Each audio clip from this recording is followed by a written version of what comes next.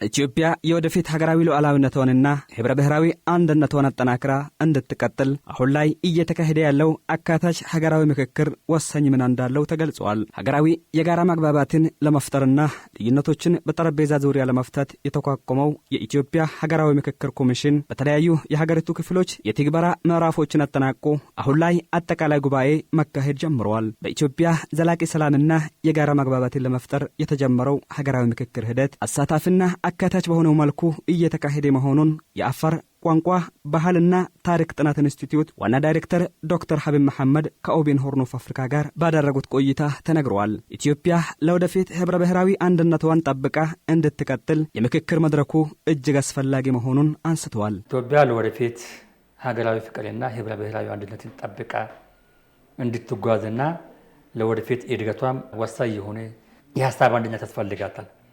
ይህን የሀሳብ አንድነትና ሀገራዊ ፍቅርን የሚያጠናክር መግባባት ያስፈልጋል። እነዛ እያንዳንዱ ብሔር ብሔረሰቡና እያንዳንዱ ማህበረሰብ ያለውን ሀሳብና ፍላጎት አዳምጦ አጀንዳውን ሰብስቦ እንወያይ እንመካከል የሚለውን አጀንዳ ይዞ በመምጣቱ ለሀገራዊ አንድነትና ለሀገር ፍቅር እና ለጋራ ትርክት በጋራ በልጽገን ወደፊት ለመራመድ ይህ ሀገራዊ ምክክር ኮሚሽን በጣም አስፈላጊ ስራ። ዋና ዳይሬክተሩ አክለውም ኮሚሽኑ አሁን ላይ በተግባር እያከናወናቸው ያለው የምክክር ሂደቶቹ የህዝብ አመኔታን በሚያገኝበት መልኩ እየሰራ መሆኑን ገልጸዋል። እያንዳንዱ የማህበረሰብ ክፍል የራሱ ፍላጎትና ዓላማ ስላለው እነዛን መደመጥ አለባት ከሚለው አኳያ እነዛን በሙሉ ያካተተ አሳታፊ የሆነ የውይይት መድረክ ነው ያዘጋጀው።